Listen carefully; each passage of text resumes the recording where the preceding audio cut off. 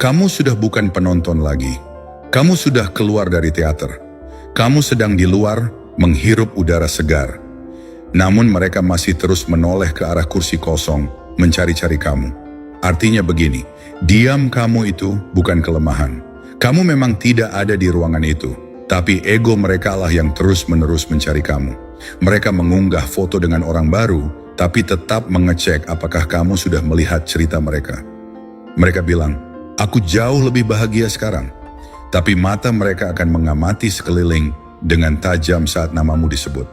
Lucu sekaligus menyedihkan kan? Mereka ingin kamu pergi, tapi mereka tidak terima kalau kamu benar-benar pergi.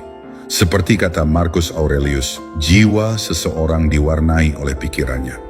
Mereka menggambarkan kamu sebagai orang yang bisa diganti, tapi pikiran mereka jelas tidak percaya pada kata-kata mereka sendiri. Kita telah dicekoki dengan kebohongan besar, teman-teman. Kebohongan bahwa kalau seseorang cepat move on, artinya mereka tidak pernah peduli. Kebohongan bahwa kalau mereka terlihat bahagia dengan orang baru, kamu harus merasa kecil, terlupakan, dan kalah. Itu tidak benar, itu hanya sandiwara ego. Banyak orang tidak benar-benar move on. Mereka hanya pindah tempat, mereka tidak sembuh, mereka hanya mengalihkan perhatian, mereka tidak berkembang, mereka hanya berakting. Dan keheninganmu, ketenanganmu, kurangnya reaksimu, itu tidak sesuai dengan skenario mereka. Anggap keheninganmu seperti cermin di ruangan yang sunyi. Kamu tidak menunjuk-nunjuk. Kamu tidak mengirim pesan panjang di jam 2 pagi. Kamu cuma tidak ada di sana. Dan di ruang kosong itulah mereka mulai melihat banyak hal. Bagaimana kamu tetap tenang, bagaimana kamu mendengarkan, bagaimana kamu dulu memahami badai dalam diri mereka lebih baik daripada mereka sendiri. Bagaimana mereka dulu berpikir kamu akan selalu ada tak peduli. Bagaimana mereka memperlakukanmu. Mereka seperti menukar mercusuar dengan kembang api. Kembang api berisik, terang, memesona, tapi hilang dalam hitungan detik saat malam tiba. Lucunya, mereka bahkan mungkin mulai bilang ke orang lain bahwa kamu yang dramatis atau terobsesi. Padahal kamu sedang di rumah minum teh, mengurus urusanmu, menonton acara, menyembuhkan diri. Itulah bagian yang tidak bisa diterima oleh ego mereka, bahwa hidupmu tidak berakhir saat mereka pergi. Bahkan, hidupmu mungkin justru mulai lebih jelas. Stoikisme bukan soal aku tidak peduli pada siapapun. Ini tentang aku lebih peduli pada kedamaianku daripada kekacauanmu. Keheninganmu bukanlah kekalahan, itu adalah pilihanmu. Pilihan untuk tidak lagi menjelaskan nilai dirimu kepada seseorang yang memperlakukanmu seperti latar belakang. Pilihan untuk tidak berebut tempat di meja di mana kamu selalu dilayani terakhir. Pilihan untuk memilih dirimu sendiri, meski itu sakit. Jadi kalau mereka bahagia dengan orang baru, tapi masih tidak bisa menerima keheninganmu, ingat ini. Itu bukan masalahmu untuk diselesaikan. Itu adalah ego mereka yang berjuang melawan kebenaran yang tidak pernah mereka siapkan. Kamu tidak pernah semudah diganti seperti yang mereka pura-purakan. Tetaplah bersamaku, teman-teman. Untuk sekarang, aku ingin kalian mengetik ini di kolom komentar. Keheninganku menang. Tulis, klaim, miliki. Tekan tombol suka, pastikan berlangganan, dan mari kita lanjutkan perjalanan ini bersama-sama. Nomor 1, penampilan bahagia. Beberapa orang tidak move on, teman-teman. Mereka hanya pindah ke kebohongan yang lebih besar. Pernah lihat foto baru mereka dan merasa sakit di dada? Mereka terlihat sangat bahagia. Senyum baru, jalan-jalan baru, lelucon baru dengan orang yang bukan kamu. Di sudut pikiranmu, bisikan itu muncul. Apa aku masalahnya? Apa aku semudah itu diganti? Itulah jebakannya. Bukan hubungan baru mereka yang menyakitkan, tapi cerita yang mulai diceritakan pikiranmu sendiri saat kamu melihatnya dalam diam. Bayangkan sebuah karnaval malam hari. Lampu terang, musik keras, semua orang tertawa dan naik wahana. Terlihat menarik, hampir ajaib. Tapi saat kamu dekati, kamu sadar warnanya hanya cat murahan. Senyum mereka hanyalah bagian dari pekerjaan.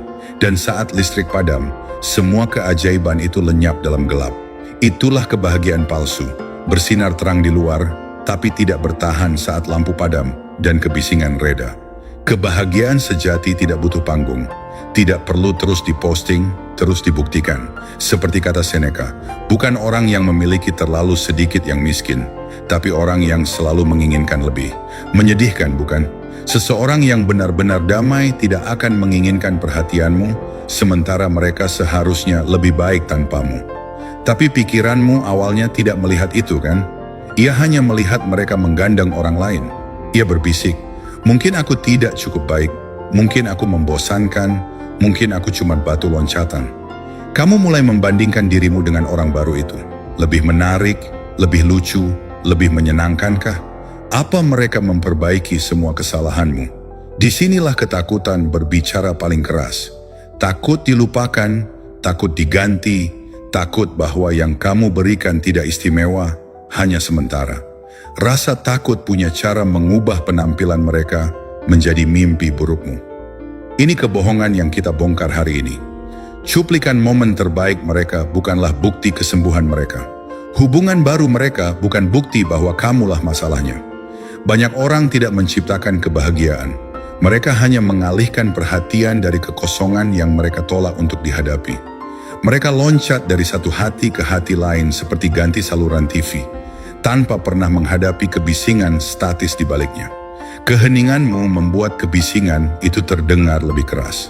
Ketenanganmu adalah satu-satunya hal yang tidak bisa dibungkam oleh pertunjukan mereka. Anggap kebahagiaan mereka seperti cuplikan film. Cepat, diedit, dirancang untuk menarikmu secara emosional. Kamu cuma lihat bagian terbaiknya. Kencan malam, pakaian serasi, jalan-jalan, swafoto tertawa.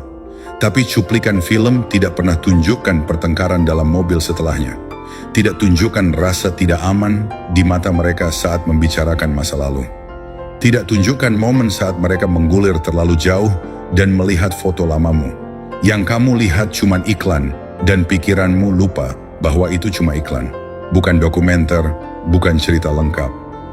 Mengapa sulit mengingat ini saat terluka? Karena saat sakit, kamu berasumsi orang lain lebih baik darimu. Saat hatimu berat, senyum mereka terasa seperti bukti kekalahanmu.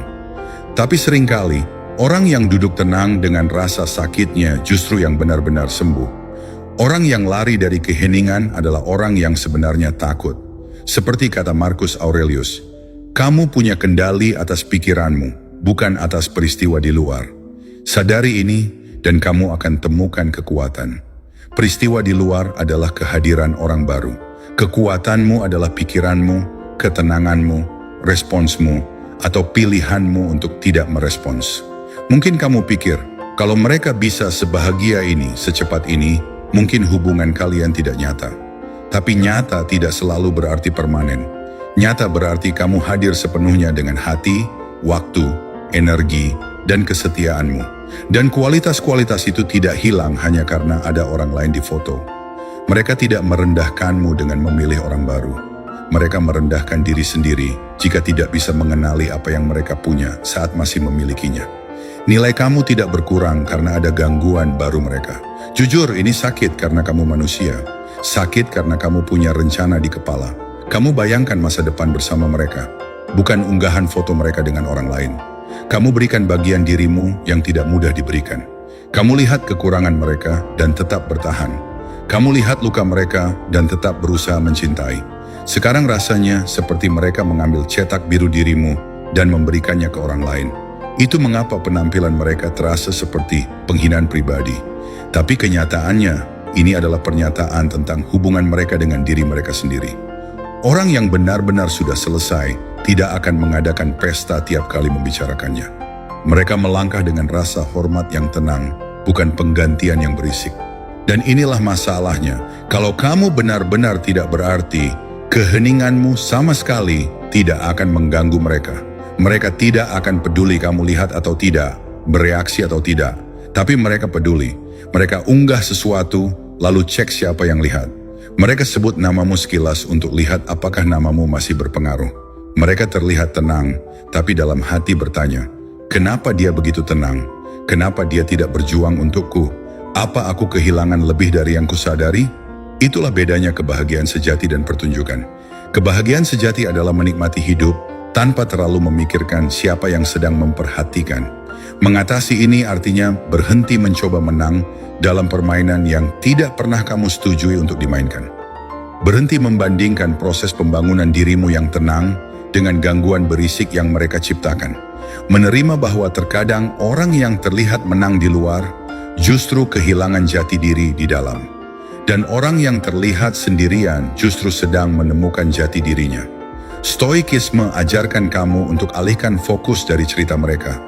Fokuskan sepenuhnya pada ceritamu. Kamu tidak bisa kendalikan apa yang mereka unggah atau pilih. Tapi kamu bisa kendalikan apa yang kamu pilih untuk percayai tentang dirimu sendiri. Jadi, alih-alih tanya, kenapa aku tidak cukup baik? Mulai tanya, kenapa aku bertindak seolah nilai diriku ditentukan oleh unggahan mereka berikutnya? Alih-alih pikir mereka dapat upgrade, tanya, apa aku terlalu lama tinggal di tempat di mana aku tidak dihormati?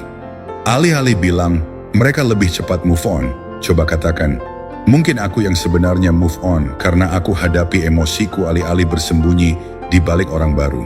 Disitulah letak kekuatanmu, pada pertanyaan-pertanyaan yang kamu ajukan ke diri sendiri saat rasa takut muncul. Pada akhirnya, penampilan mereka itu sementara. Pertumbuhanmu itu permanen. Alur cerita baru mereka mungkin menarik sekarang, tapi proses penyembuhanmu yang tenang sedang membangun sesuatu yang lebih dalam. Harga diri, kekuatan emosional, kedamaian batin. Dan hal-hal itu tidak butuh filter, keterangan, atau persetujuan penonton. Mereka hanya butuh komitmenmu pada dirimu sendiri. Jika kamu masih membandingkan perjalananmu dengan pertunjukan mereka, aku ingin kamu tulis di kolom komentar sekarang. Aku memilih kekuatanku yang tenang. Tunjukkan pada mereka, pada dirimu, dan pada dunia, bahwa kamu tidak lagi mengukur nilai dirimu berdasarkan pertunjukan orang lain. Tetaplah bersamaku, karena selanjutnya kita bahas mengapa keheninganmu lebih mengguncang mereka daripada foto-foto bahagia mereka yang pernah mengguncangmu. Nomor 2, mengapa keheninganmu lebih berbahaya bagi mereka daripada hubungan baru? Mereka keheninganmu, teman-teman, bukan berarti aku tidak peduli. Itu artinya aku terlalu peduli pada kedamaianku untuk membiarkanmu merusaknya lagi. Secara logika, seharusnya mudah kan? Mereka sudah lanjut, mereka sudah dengan orang baru, cerita sudah berakhir. Lalu mengapa keheninganmu, keputusanmu untuk tidak menelepon, tidak mengirim pesan, tidak bereaksi, terasa lebih mengancam bagi mereka daripada perpisahan itu sendiri? Bayangkan seseorang yang selalu pegang kendali atas emosimu. Satu pesan dari mereka bisa ubah suasana hatimu. Sekarang bayangkan suatu hari, tanpa drama, kamu dengan tenang ambil kembali remote controlnya. Kamu tidak lempar, tidak rusak, kamu simpan saja. Kamu yang tentukan suasana hati, energi, dan fokusmu. Itulah yang terjadi saat kamu diam. Bagi seseorang yang terbiasa mengendalikan emosi orang, ini menakutkan. Mereka tahu cara menghadapi air matamu, argumenmu, pesan panjangmu, permohonanmu. Rasa sakitmu terasa familiar bagi mereka. Selama kamu bereaksi, mereka masih punya bukti bahwa mereka penting.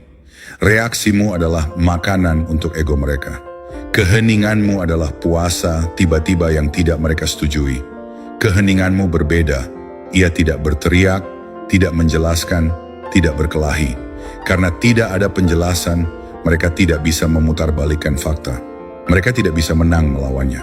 Sebuah pesan bisa dimanipulasi, kata-kata bisa dipelintir. Tapi keheningan tidak bisa. Keheningan itu seperti pintu tertutup tanpa gagang di sisi mereka. Mereka bisa ketuk, tapi tidak bisa kendalikan kapan atau apakah pintu itu terbuka. Kurangnya kendali itulah yang mengguncang mereka. Dalam hati, keheninganmu buat mereka ajukan pertanyaan menakutkan. Bagaimana jika dia benar-benar tidak butuh aku lagi? Bagaimana jika aku tidak seistimewa yang kukira? Bagaimana jika dia benar-benar bisa hidup tanpaku? Pertanyaan-pertanyaan itulah yang dibenci ego mereka. Lebih mudah bagi mereka percaya kamu masih dendam atau terobsesi, daripada terima bahwa kamu sedang sembuh dan melangkah maju. Bayangkan seperti ini, mereka bangun kepercayaan diri seperti rumah di atas tiang, berdiri di atas air perhatianmu yang terus-menerus. Selama kamu terus datang, rumah itu terasa stabil. Keheninganmu bagaikan air surut. Tiba-tiba, semua tiang penyangga itu terlihat. Kamu bisa lihat betapa goyahnya fondasi itu sebenarnya. Hubungan baru mereka mungkin seperti tiang tambahan, tapi itu cuma sembunyikan strukturnya untuk sementara. Keheninganmu tidak menyerang rumah itu. Ia cuma tidak lagi menjaga ketinggian airnya. Mengapa keheninganmu lebih berbahaya? Karena perpisahan masih beri mereka harapan, kamu akan berjuang. Akhir yang dramatis masih tinggalkan kemungkinan. Tapi saat kamu tenang, diam, dan membumi, kamu sudah tidak main di arena emosional mereka lagi. Kamu sudah keluar dari stadion. Itu bukan cuman kehilangan, itu kehilangan kendali. Kita juga harus jujur, ini sulit bagimu. Sebagian dirimu mungkin merasa bersalah karena diam. Kamu pikir, mungkin aku bersikap dingin, mungkin aku harus jawab, mungkin tugasku untuk tetap baik, meski mereka tidak. Tapi stoikisme bukan berarti berhenti baik. Itu artinya berhenti menjadi orang yang selalu dimanfaatkan. Itu artinya kamu paham bahwa tidak semua orang berhak dapat akses tanpa batas ke hati, waktu, dan pikiranmu. Melindungi kedamaianmu bukanlah kekejaman. Itu harga diri. Pikiranmu telah dilatih untuk berpikir, kalau aku diam, mereka akan lupakan aku. Keheninganku artinya aku kalah. Itu bohong. Keheningan tidak menghapusmu. Keheningan memposisikanmu kembali. Ia ubah statusmu dari tersedia kapan saja menjadi kamu punya satu kesempatan. Ia beritahu alam semesta dan dirimu sendiri bahwa kamu tidak lagi mau menari dengan hal-hal yang terus menginjak batasanmu. Kekuatan sejati tidak terwujud melalui kebisingan. Kekuatan sejati ada dalam posisi tenang, aman, dan tidak mengejar apa yang menjauh.